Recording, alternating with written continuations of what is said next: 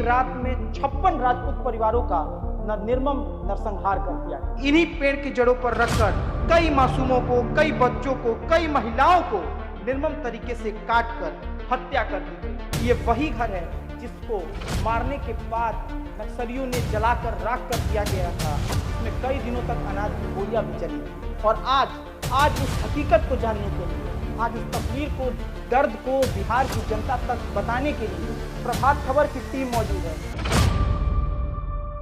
1980 के बाद बिहार में जिस तरह से नक्सलवाद का प्रभाव दिन प्रतिदिन बढ़ता गया, उसके बाद से बिहार की चर्चा देश विदेश तक होने लगी। बिहार के अलग अलग जिलों में नक्सलवाद का प्रभाव इतना बढ़ता चला गया कि आए दिन नरसंहार का दौर टीवी समाचार पत्रों में देखने को मिल रहा था। और इस वक्त प्रभात खबर की टीम एक ऐसे ही जगह पर मौजूद है जो 1987 के दौर में सबसे बड़े नरसंहार के दौर पर जिसका नाम सामने आया। जी हां, हमारी मौजूदगी इस वक्त औरंगाबाद जिले के दलेर चौक बघौरा गांव में है, जहां एक रात में, गौर फरमाइएगा, एक रात में 56 राजपूत परिवारों का निर्मम नरसंहार कर दिया गया। आज हम जिस दलेर चौक बघौरा गांव में मौजूद हैं, ये वही पीपल का पेड़ है जिसको हम कैमरामैन से कहेंगे वो तस्वीरों को दिखाएं, जिस पर न जाने कितने परिवारों के चिरागों को जमीन तले अंधेरे में दफन कर दिया गया, जहां निर्मम हत्याएं कर दी गई। हम तस्वीर दिखाएंगे कि इन्हीं पेड़ की जड़ों पर रखकर कई मासूमों को, कई बच्चों को, कई महिलाओं को निर्मम तरीके से काट कर हत्या कर दी गई। ये गांव आज अपने अंधियारे में डूबा हुआ है। कई साल बीत गए, लेकिन क्या उन मासूमों को, क्या उन बेरहम लोगों को न्याय मिल पाया? क्या यहाँ पे लोगों का पलायन हो पाया?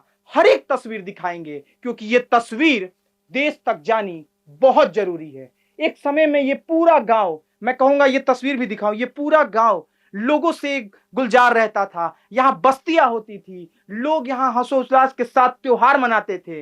लेकिन आज के दौर में यहाँ सिर्फ खंडहर, सिर्फ मिट्टी और सिर्फ यहाँ पर खेती दिखाई पड़ेगी। यहाँ से करीब करीब 100 से अधिक लोगों ने पलायन कर लिया, क्योंकि उनके अंदर वो डर था, वो खौफ था। वो निर्मम हत्या की तस्वीरें आज भी उनकी आंखों के सामने वैसे ही गुजर रही थी और दिखाई पड़ रही थी, जो आने वाले कल के भविष्य को और गहरा संकट में डालने का प्रयास कर रही थी। आगे चलेंगे, आपको और तस्वीर दिखाएंगे और दिखाएंगे कि कैसे इस गांव में निर्मम हत्याओं का एक ऐसा दौर आया जो 1987 के समय में बिहार के लिए सबसे बड़ा अभिशाप बन गया।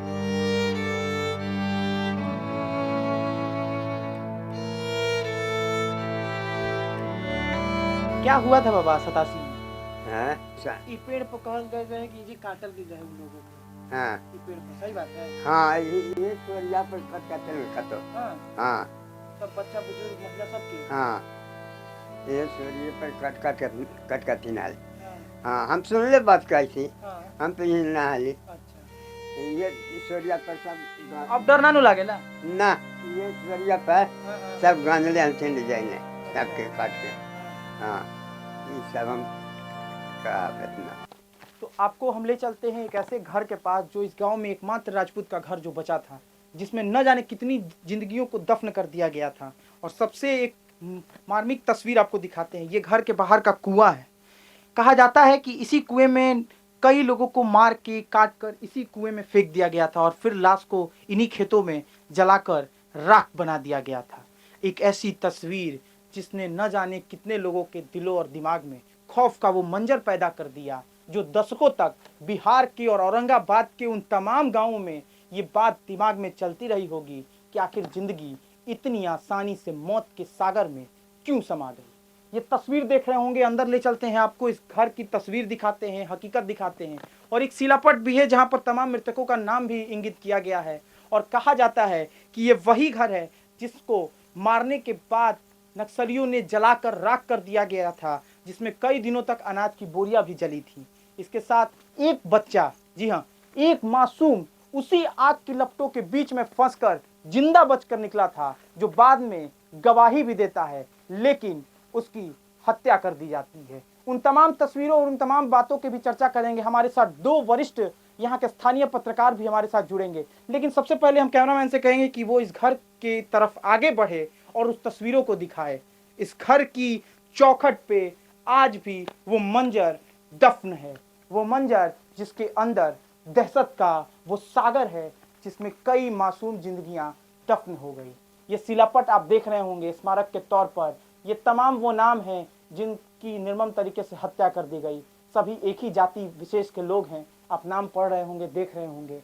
तो ये वो दौर था बिहार का जिसमें नरसंहार का वो काला अध्याय लिखा गया, जिसकी यादें आज भी औरंगाबाद से लेकर जहानाबाद, अरवल से लेकर भोजपुर और मगध से लेकर शाहाबाद के इलाके के हर एक वो चौराहों पर वो आवाजें गूंजती थी। जिस वक्त जातीय नरसंहार के आगोश में बिहार की ये तमाम जिले आगोश में आ गए थे। कैमरामैन से कहेंगे कि वो तस्वीरें दिखाएं आगे की। ये एक और कमरा है जिसका गेट आज खुला है, लेकिन जिस वक्त ये आग की लपटों में समा गया था उस वक्त शायद यहाँ पर बचाने वाला कोई नजर नहीं आ रहा था। ये इन तमाम ईंट पत्थरों के बीच में आज भी वो यादें कहीं ना कहीं ताज़ा होंगी, कहीं ना कहीं यहाँ के लोगों के बीच में वो खौफ का मंजर आज भी अंदर की तरफ। और तस्वीर हम दिखाएंगे, हम अपने वीडियो जर्नलिस्ट को कहेंगे कि वो धीरे धीरे वो तमाम तस्वीरों को दिखाएं। हम आपको अंदर ले चलते हैं उस घर की तरफ जहाँ पर जलाकर लोगों की हत्या कर दी गई थी। ये वही दलेर चौक बघौरा गांव है जो 1987 के दौर में बिहार का सबसे बड़े जातीय नरसंहार का गवाह बना था। आइए आपको अंदर की और तस्वीर दिखाते हैं। ये गांव में जब आप आते हैंगे ना, मेरे तमाम दर्शक समझ होंगे, गांव में जब आएंगे तो ये आंगन होता है गांव के घरों का, और ये बीच आंगन किन्हीं समयों में बच्चों की किलकारियों से गूंज रहा था। किन्हीं समयों में यहाँ पर हंसी खुशी से त्योहार मनाए जा रहे थे, परिवार एक साथ यहाँ पे रह रहा था। लेकिन वो एक रात ने न जाने कितने मासूमों को गर्त में ढकेल दिया। वो एक रात न जाने कितने परिवारों को बिछड़ दिया। वो एक रात कैसे बिहार की राजनीति में और बिहार की सामाजिक समरसता में एक बड़ा भूचाल ला दिया। कैसे एक रात के अंदर बिहार की एक गांव से 56 लाशों, यानी गौर कीजिएगा 56 व्यक्तियों की निर्मम हत्या कर दी गई। नरसंहार का ये दौर 1987 से लेकर 2004 तक बिहार में न जाने कितने परिवारों को बिछड़ने का काम किया। इसके बाद सिनारी नरसंहार हुआ, बथानी टोला नरसंहार हो, लक्ष्मणपुर बाथे नरसंहार हो, ये तमाम ऐसी नरसंहार है जिसने कई मासूम जिंदगियों को अपनी आगोश में ले लिया। ये तमाम घर आप देख रहे होंगे कितनी बेरहमी से हत्या की गई होगी, ये इस बात की गवाही दे रहे हैं। मैं कैमरामैन से कहूँगा वो आगे आए। ये तमाम कमरे हैं, देख रहे होंगे, ये तमाम कमरों में इस घर को जला दिया गया था। आपको बता दें, इस घर को रात के समय में मारने के बाद लाशों को इसी घर में फेंक कर जला दिया गया था। ये तस्वीरें हैं, देख रहे होंगे कैसे खंडहर में अब तब्दील हो चुका है। इस गांव में अभी भी सड़क की व्यवस्था नहीं है। सबसे बड़ी बात है कि यहाँ पर आने के लिए काफ़ी मुसीबत का सामना करना पड़ता है। कई बार मीडिया यहाँ पर पहुँची है, यहाँ की तस्वीरों को दिखाई है, और आज उस हकीकत को जानने के लिए, आज उस तस्वीर को, दर्द को बिहार की जनता तक बताने के लिए प्रभात खबर की टीम मौजूद है। प्रभात खबर के स्थानीय रिपोर्टर्स मौजूद हैं, हमारे वीडियो जर्नलिस्ट, हमारे तमाम सहयोगी यहाँ आए हुए हैं। और जब ये तस्वीर को देख रहे हैं आज करीब 25 और 13 मिला के हम जब देख रहे हैं 38 सालों के बाद भी, यहाँ की वो तस्वीर उनके आंखों में उसी मार्मिक तस्वीर को बयां कर रही है। आगे चलते हैं, हमारे एक स्थानीय सहयोगी हैं, उनसे बात करेंगे और यहाँ की और हकीकत को जानने का प्रयास करेंगे। हमारे साथ यहाँ के स्थानीय पत्रकार दिनेश जी मौजूद हैं, जिनसे हम जानेंगे कि 29 मई की वो काली रात कैसे बिहार के लिए एक काला अध्याय साबित हुई थी। क्या हुआ था सर? 29 मई जो है 1987 की वो मंगलवार की रात थी और काली रात थी। यूँ कहें कि ये नक्सली घटना भी था और जातीय विद्रोह भी था। दो जातियों के बीच ये बेमनस्य पैदा होते होते इतनी बड़ी घटना हुई थी कि एक ही रात में दललचक बघौरा में 57 एक ही जात के लोगों को निर्मम हत्या कर दिया गया था। अब तो इस गांव में कोई नहीं बचा होगा। कोई नहीं है, मात्र 2 घर है, जो एक चौधरी जी है और एक महादलित समाज के लोग रहते हैं। बाकी यहाँ से सारे लोग पलायन कर गए। ये घर कहा जाता है किसके नाम पे था, कौन था?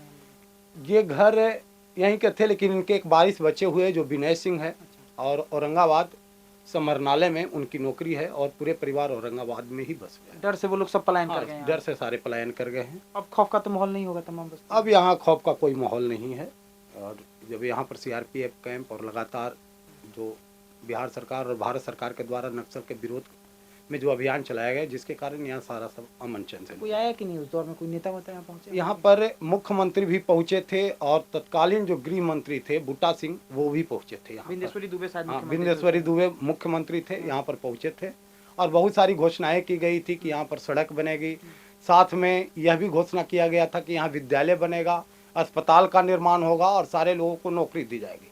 नौकरी तो मिला, लेकिन उसके बाद ये खूटी डी में स्कूल का निर्माण कराया गया है। यहाँ पे नहीं निर्माण यहाँ हुआ पर है। नहीं है। लोगों के बीच विश्वास नहीं पैदा किया गया कि फिर से आप आकर इस जगह को अपनी धरती कोई पर कोई आप- पहल ही नहीं कोई किया, पहल नहीं कोई पहल ही नहीं किया गया है यहाँ पर कि लोग आकर बसे, और मूलभूत सुविधाओं का अभाव भी है यहाँ पर।